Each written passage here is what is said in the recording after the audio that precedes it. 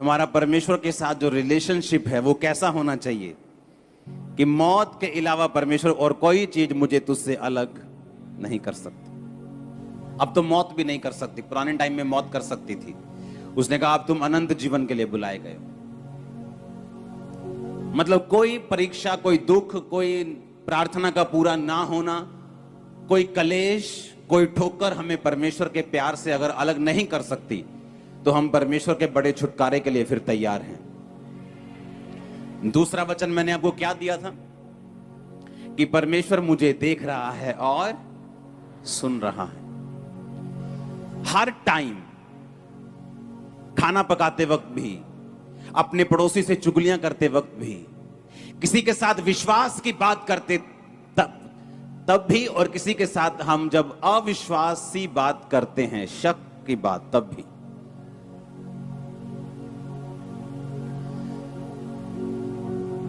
चलो को यीशु मसीह आए और कहा ये लो मेरे हाथ देखो, मेरे पांव देखो, मैं जी उठाऊं। थोमा वहां पे नहीं था। जब थोमा आया तो कहता नहीं नहीं, मैं नहीं यकीन करता यीशु मसीह के ऊपर, मुझे मालूम होगा तब जब मुझे वो सामने आके दिखाई देगा, जब मैं उसके हाथों और पैरों में निशान उंगलियों को डाल लूंगा तब मैं यकीन करूंगा। तब यीशु मसीह वहां पे फिजिकली प्रेजेंट नहीं थे, पर जब यीशु मसीह दोबारा उनके बीच में आए तो थोमा को कहा थोमा ले मेरे हाथों और पांवों को देख और अविश्वासी नहीं पर विश्वासी बन। जब यीशु मसीह वहां पे शारीरिक रूप में नहीं थे तो भी वो थोमा की बात को और उसको देख रहे थे। आप चर्च में हैं और प्रार्थना कर रहे हैं या घर में अपने प्रेयर रूम में, परमेश्वर तभी आपकी प्रार्थना नहीं सुन रहा है, तभी आपको नहीं देख रहा। जब आप यहां से वापस जाएंगे, अपने ऑटो में, अपनी कार में, अपनी बस में बैठेंगे, वो तब भी आपको देख रहा है और सुन रहा है। जब ये मेंटालिटी एक विश्वासी की जिंदगी में आ जाती है कि उसके काम करते वक्त भी, अगर तुम मिस्त्री हो, जब तुम ईंट लगा रहे हो और सीमेंट लगा रहे हो, तब भी वो तुम्हें देख भी रहा है और सुन भी रहा है। ऐसा करने से होता क्या है? ऐसा करने से आप परमेश्वर की प्रेजेंस के साथ रहना सीख जाते हैं। आप कम से कम गलतियां करते हैं और परमेश्वर का आत्मा आपको डिलीवरेंस और छुटकारे की ओर ले जाता है। हालेलुया। और ये दोनों वचन आपको सुनने हैं। आपको संडे का वचन, आपको थर्सडे का वचन जो वीक 1 का है उसे आपको सुनना है। कोई वचन आपको मिस नहीं करना, कोई मीटिंग मिस नहीं करनी। आपको लगातार इस प्रेजेंस में बने रहना है ताकि जब आपके लिए प्रेयर हो। आज मैं प्रेयर की स्पिरिट से आया हूं। वचन के बाद हम लंबी एक प्रार्थना करेंगे। भागना मत वचन के बाद कि पानी पिया हूं, मैं सुसु कर रहा हूं। खड़े रहना चुप करके। आमीन। क्योंकि जब प्रेयर की स्पिरिट आती है, वो जब देखती है आप डिस्ट्रैक्ट हैं, वो आपकी लाइफ में काम नहीं करती। और ये डिस्ट्रैक्शन एक स्पिरिट है। जैसी प्रार्थना होने वाली होती है, कोई गड्डी काट ला फटाफट जाके। अरे यार, सारी उम्र गाड़ी निकालते रहे हो। कौन सा 5 मिनट पहले तुम्हारी अंबानी के साथ मीटिंग है शाम को जो मिस हो जाएगी? ये शैतान है, ये शैतान है। वो चाहता नहीं कि तुम प्रेयर में जाओ। हालेलुया।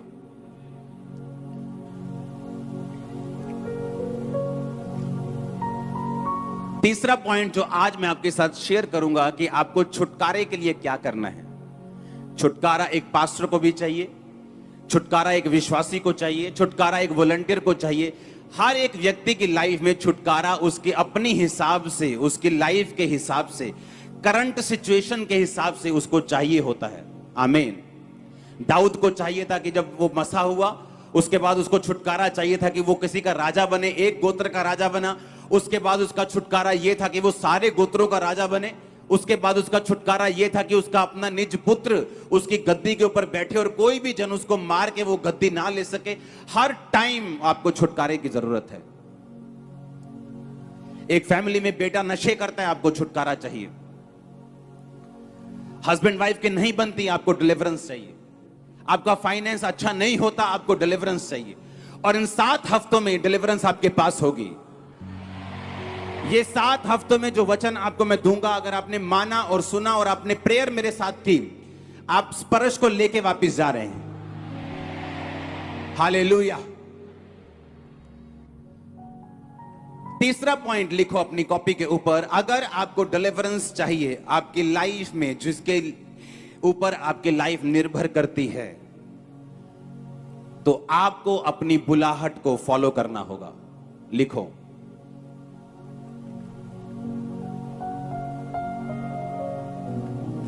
कॉपी पेन नहीं है, नेक्स्ट टाइम लेके आओ। आज मैं आपसे बात करूंगा अपनी बुलाहट को, अपनी कॉलिंग को फॉलो करना। बहुत से लोग पूछते हैं मेरी बुलाहट क्या है, मैं कैसे जानूं कि मेरी कॉलिंग क्या है, परमेश्वर ने मुझे किस काम के लिए बुलाया है। हर एक विश्वासी की जिंदगी में दो तरह की बुलाहट है। लिखो, हर एक विश्वासी दो तरह की बुलाहट से अपनी जिंदगी में से निकलता है, और बाइबल बताती है अगर वो अपनी दोनों बुलाहट को फॉलो करता है तो छुटकारा उसके परिवार में आता ही आता है, उसकी लाइफ को फॉलो करता ही करता है। 1% भी चांस नहीं है कि उसकी लाइफ में वो छुटकारा ना हो। समझ आई कि नहीं? तीसरा पॉइंट है कि आप अपनी लाइफ की कॉलिंग को अगर फॉलो करेंगे तो परमेश्वर आपको छुटकारा देगा, ऐसा बाइबल कहती है। और कॉलिंग दो प्रकार की होती है, बुलाहट दो प्रकार की है हर एक विश्वासी की जिंदगी में, जिसने बाद में चाहे प्रेरित बनना हो, चाहे पास्टर बनना हो, चाहे बिजनेसमैन बनना हो, चाहे उसकी लाइफ में कुछ और बुलाहट हो, जैसे परमेश्वर ने उसे एज ए डॉक्टर बुलाया हो, एज ए इंजीनियर बुलाया हो। हर एक व्यक्ति की लाइफ में दो बुलाहट हैं। वो किसी भी तरह की बुलाहट हो, वो दो प्रकार की होती है हर एक विश्वासी की जिंदगी में। और अब पहली तरह की बुलाहट को मैं आपके साथ शेयर करूंगा। हम पढ़ेंगे रोमियो 12 उसकी 1 और 2 आयत को अपनी स्क्रीन के ऊपर।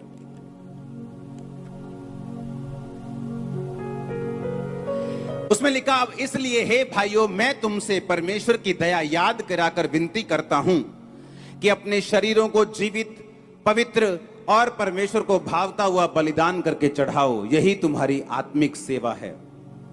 इस संसार के सदृश ना बनो, परंतु तुम्हारी बुद्धि के नए हो जाने से तुम्हारा चाल चलन भी बदलता जाए, जिससे तुम परमेश्वर की भली भावती और सिद्ध इच्छा अनुभव से मालूम करते रहो।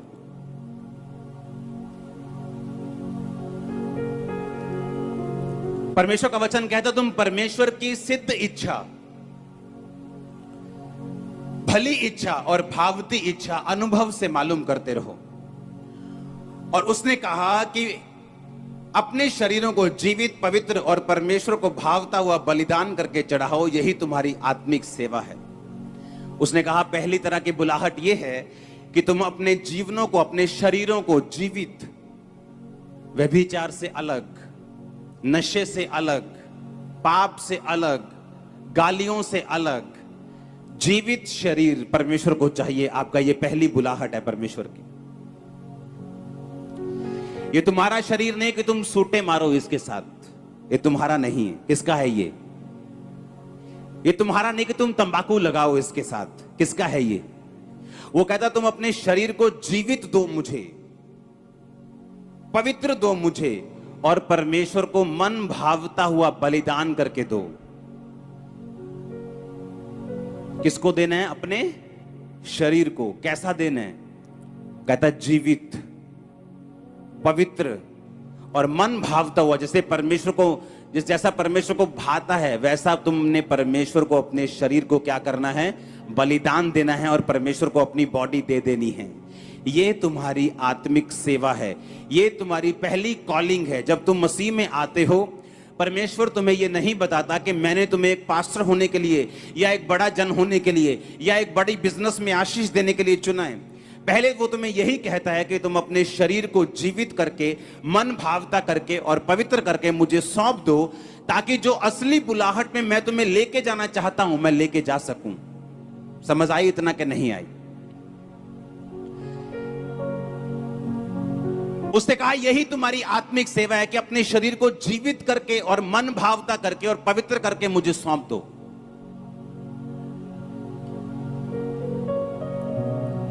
यही तुम्हारी क्या है? आत्मिक सेवा है। अगर परमेश्वर ने यह सोचा हुआ है कि आपका छुटकारा वो तब करेगा जब आप उसकी सेवा को फॉलो करेंगे। मेरा छुटकारा तब हुआ जब मैंने सेवा को फॉलो किया, जब मैंने मिनिस्ट्री की, जब मैंने सेवा की। ये मेरी बुलाहट थी। मेरी बुलाहट थी सेवा करने की, लोगों के ऊपर प्रार्थना करने की। और जब मैंने इस बुलाहट को फॉलो किया तब मेरी लाइफ में पूरा छुटकारा हुआ। चाहे मैं 40-40 रोजे रख के कितनी बार रोता रहा, मांगता रहा, प्रार्थना करता रहा, प्रभु के साथ नाराज भी होता रहा, प्रभु को भेंट भी चढ़ाता रहा, क्रूसेड्स करवाता रहा, मीटिंग्स करवाता रहा, बोता रहा, सब कुछ करता रहा, लेकिन परमेश्वर ने कहा ये सब बातें ठीक हैं, ये तेरी हेल्प करेंगी आगे बढ़ने में, लेकिन तुझे मेरी पूरी बुलाहट को फॉलो करना पड़ेगा अगर तू मेरी जिंदगी में, अपनी जिंदगी में चाहता है कि मैं तुझे संपूर्ण छुटकारा दूं जैसा तू चाहता है। लेकिन बात यह है कि परमेश्वर आपको छुटकारा नहीं दे सकते और आपको दूसरी बुलाहट जो परमेश्वर की आपकी लाइफ में है वो आपको नहीं लेके जा सकते अगर आपने पहली कंडीशन को पूरा नहीं किया है। तो अगर आपका शरीर मन भावता हुआ बलिदान करके आपने परमेश्वर को नहीं चढ़ाया हुआ तो वो आपको दूसरी बुलाहट में नहीं लेके जा सकते। अगर आपने 8वीं क्लास पास नहीं की तो आपको 9वीं 10वीं में नहीं लेके जा सकते। बहुत से लोगों का छुटकारा नहीं होता क्योंकि उन्हें मालूम नहीं मेरा छुटकारा होगा कैसे, मेरा हस्बैंड शराब पीता है, मेरा छुटकारा कैसे होगा, मेरे बच्चे नशा करते हैं, मेरा छुटकारा कैसे होगा, मेरे को फाइनेंशियल ट्रबल है, मेरा छुटकारा कैसे होगा। छुटकारे के लिए आपको प्रोसीजर फॉलो करना पड़ेगा। क्रिश्चियनिटी जो लाइन है ये शॉर्टकट की लाइन नहीं, आपको हर एक कोर्स को फॉलो करना पड़ेगा, हर एक लाइन को फॉलो करना पड़ेगा और परमेश्वर आपके साथ होंगे। अब जब मुझे मालूम है कि परमेश्वर ने मुझे एक काम करने के लिए बुलाया है तो मुझे क्या करना है, मुझे पहली बुलाहट पूरी करनी है कि सबसे पहले अपने शरीरों को मन भावता करके, पवित्र करके और जीवित करके मुझे परमेश्वर को सौंपना होगा। कहता यही तुम्हारी आत्मिक क्या है, तुम्हारी सेवा है। कहता तुम्हारे बुद्धि के नए होने से तुम्हारा चाल चलन भी बदलता जाए। और बुद्धि नहीं कैसे होगी, जब हम अपने शरीर को वचन के आगे सौंप देंगे। हम रोज परमेश्वर का वचन पढ़ेंगे, हमारी बुद्धि नहीं होती जाएगी। जब बुद्धि नहीं होती जाएगी चाल चलन बदलता जाएगा और जैसे ही हमारा चाल चलन उस लेवल पे आ जाएगा परमेश्वर आपको दूसरी बुलाहट से बुला लेंगे, आपसे अपने काम लेना शुरू करेंगे और छुटकारा आपके पास होगा जो आपको चाहिए। आपको कितनी जरूरत है हीलिंग की, आप कितना रोती हैं, कितना तड़फती हैं, इस बात से आपकी चंगाई नहीं होगी। हमें लगता है मैं बहुत दुखी हूं, दुख के हिसाब से चंगाई नहीं होती बाइबल में। हमें लगता है 45 साल से मेरे बच्चा नहीं, अब मैं चर्च में आ गई हूं अब तो होगा, ये मायने नहीं करता कितने साल से नहीं हुआ। हन्ना जब बच्चा नहीं होता था तो अपने पति को बोलती थी मैं तेनू नहीं बुलाना, आज तो मैं नहीं रोटी खानी। वो बोलता था मेरा कसूर क्या है, मेरी दूसरी पत्नी के, पुराने टाइम में एक से ज्यादा पत्नियां होती थी, वो बोलता था दूसरी पत्नी के है, तेरे नहीं। अगर यहोवा ने तेरी कोख को बंद किया है तो मेरा क्या कसूर है? क्या मैं तेरे लिए 10 बेटों से 7 बेटों से भी अच्छा नहीं हूं? बाइबल कहती वो उसको दुगना देता था, हर चीज, हर ब्लेसिंग, पैसा, सपोर्ट, दुगना प्यार करता था। लेकिन फिर भी बाइबल कहती वो कुड़ती थी, खाना नहीं खाती थी, रोती थी, उसकी सौतन उसको चिढ़ाती थी, इतना कुछ ड्रामाबाजी घर में चलती थी, तब भी उसकी कोख नहीं खुली। और परमेश्वर के घर में जाके गई और बोली परमेश्वर अगर तुम मुझे बच्चा, बेबी बॉय दे, मैं तेरे भवन में वापिस कर दूंगी। गर्भ खुल गया उसका।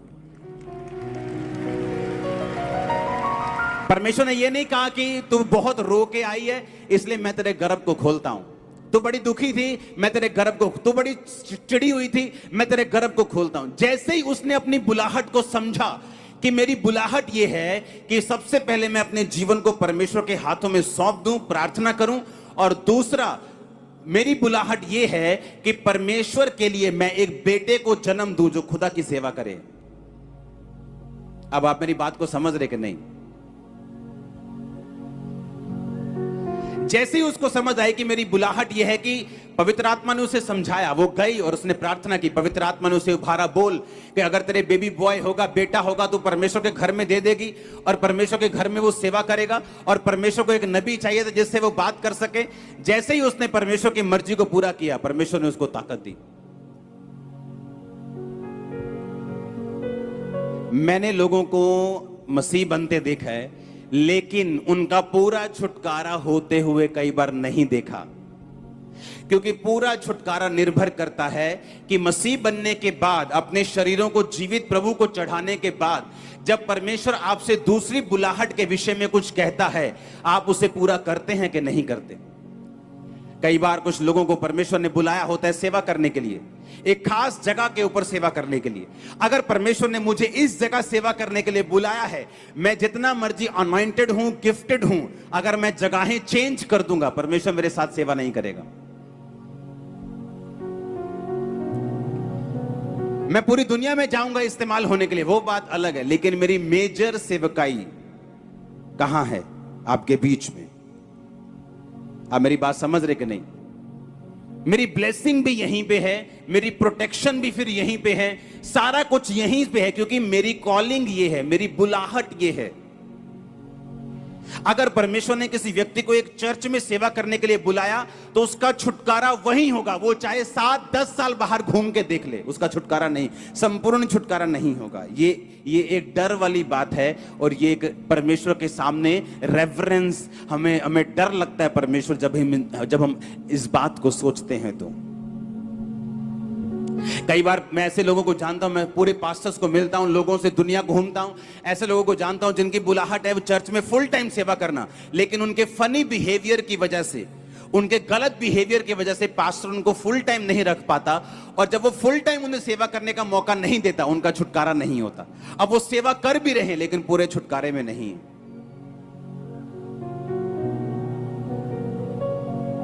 बाइबल में लिखा कुछ बरकतें परमेश्वर ने अपने दासों के हाथ में दी हुई हैं, उसके हक में रखी हैं। जिनके पाप तुम माफ करो, उसने कहा उनके माफ किए गए। अपने दासों को कहा जिनके तुम रखो, उनके रखे गए। ये बात लोगों को मालूम नहीं।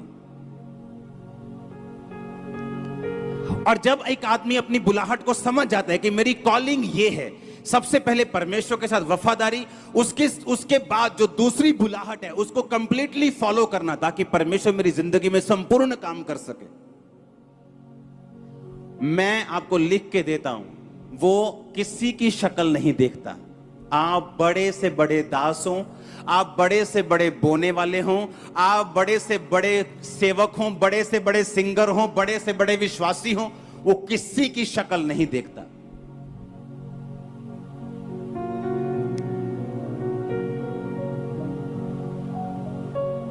क्यों पढ़ूं मैं पुराना नियम जो 5000 साल पुराना है? मैं आज का इंसान हूं, मैं कंप्यूटर इंजीनियर हूं, मैं आज का बंदा हूं, मैं 10,000 साल पुरानी, ये 5,000 साल पुरानी, 3,000 साल पुरानी बातें क्यों पढ़ रहा हूं?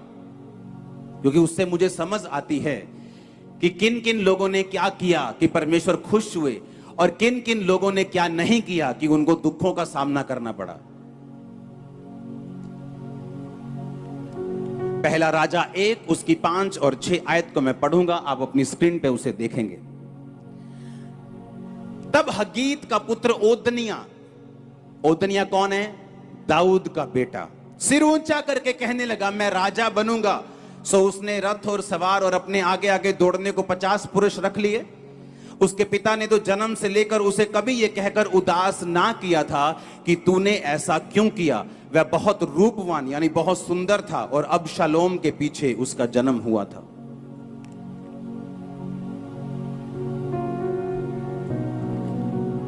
फिर से अपनी स्क्रीन के ऊपर देखेंगे इस वचन को।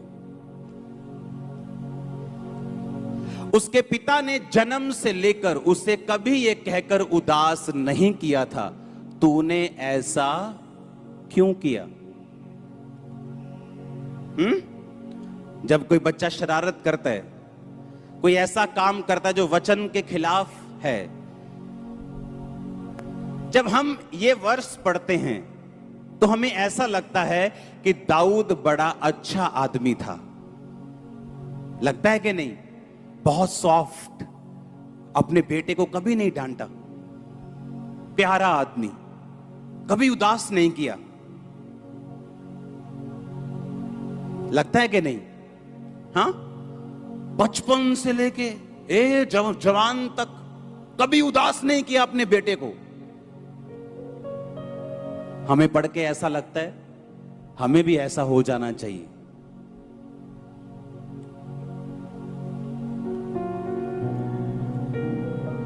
लेकिन वचन क्या कहता है, आज हम वो पढ़ेंगे। नीति वचन 22 उसकी 6 आयत में लिखा हुआ, लड़के को उसी मार्ग की शिक्षा दे जिसमें उसको चलना चाहिए, वो बुढ़ापे में भी उससे ना हटेगा। सब बोलो आमीन। यशाया 54 उसकी 13 आयत में लिखा, तेरे सब लड़के यहोवा के सिखलाए हुए होंगे और उनको बड़ी शांति मिलेगी। परमेश्वर के वचन में लिखा, अपने लड़के की ताड़ना छड़ी से कर। तो तू छड़ी से जब उसकी ताड़ना करेगा तो उसको मृत्यु से बचाएगा। पर दाऊद ने अपने लड़के की ताड़ना छड़ी से नहीं की और उसने अपने लड़कों को कभी नहीं सुधारा और कभी भी बाइबल से उनको यह शिक्षा नहीं दी बचपन से लेके कि तुम्हें यहोवा के सामने कैसे चलना है। दाऊद अपनी जिंदगी के हर हिस्से में महाकामयाब व्यक्ति था, लेकिन अपने परिवार में वो एक फेल व्यक्ति था। वो दाऊद जिसके साथ परमेश्वर हमेशा रहता था, वो दाऊद जो एक भी लड़ाई नहीं हारा, वो दाऊद जो पवित्र आत्मा से भरा हुआ था। लेकिन परमेश्वर ये कहता है कि तुम चाहे जितने मर्जी बड़े विश्वासी क्यों ना हो, तुम्हें वचन के ऊपर